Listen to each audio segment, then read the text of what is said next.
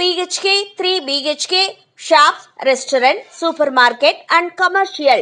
Available for rent in Kolattur. Nearby Meridian Hospital, Kumaran Hospital, backside of Red Terry. Please contact 9034555554. தன்னுடைய முன்னாள் கணவர் கார்த்திக் குமாரின் தாயார் பற்றி பாடகி சுஜித்ரா பேசிய பழைய வீடியோ ஒன்று தற்போது வைரல் ஆகிட்டு வருது. 2005ஆம் ஆண்டு குமாரை காதலித்து திருமணம் பண்ணிக்கிட்டாங்க. அதுக்கப்புறமா ஒரு 12 வருஷம் சேர்ந்து வாழ்ந்திருப்பாங்க. அதுக்கப்புறமா 2017ஆம் ஆண்டு விவாகரத்து வாங்கி பிரிஞ்சுட்டாங்க. அதுக்கப்புறமா சுச்சி லீக்ஸ் அப்படின்ற விவகாரத்தால இவங்க 2 பேருக்கு இடையில ரொம்பவே மோதல் வெடிச்சிருச்சு. அதுக்கப்புறமா அவர் வேறொரு மேரேஜ் பண்ணிக்கிட்டாங்க. ஆனா இவங்க வேறொரு மேரேஜ் பண்ணிக்கல.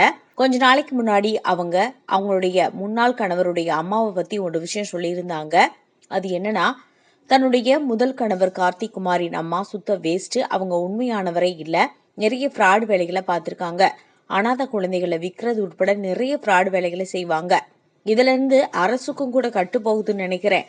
அதனாலதான் அவங்கள கைது பண்ண மாட்டாங்க.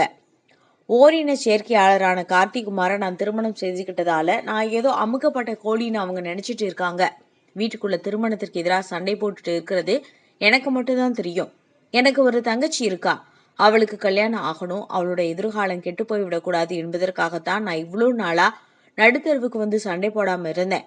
இன்னைக்கு அவளுக்கு கல்யாணம் ஆயிடுச்சு, எனக்கு வேற பிரச்சனை இல்லை, அதனாலதான் நான் தைரியமா பேசுறேன் என சுஜித்ரா கூறியிருக்கிறார்.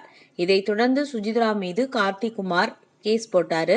அவங்கள பத்தின அவதூறு கருத்துக்களை வெளியிட சுஜித்ராவுக்கு நீதிமன்றம் இடைக்கால தடை விதித்தது குறிப்பிடத்தக்கது. இதை பத்தின உங்க கருத்தை பதிவு பண்ணுங்க.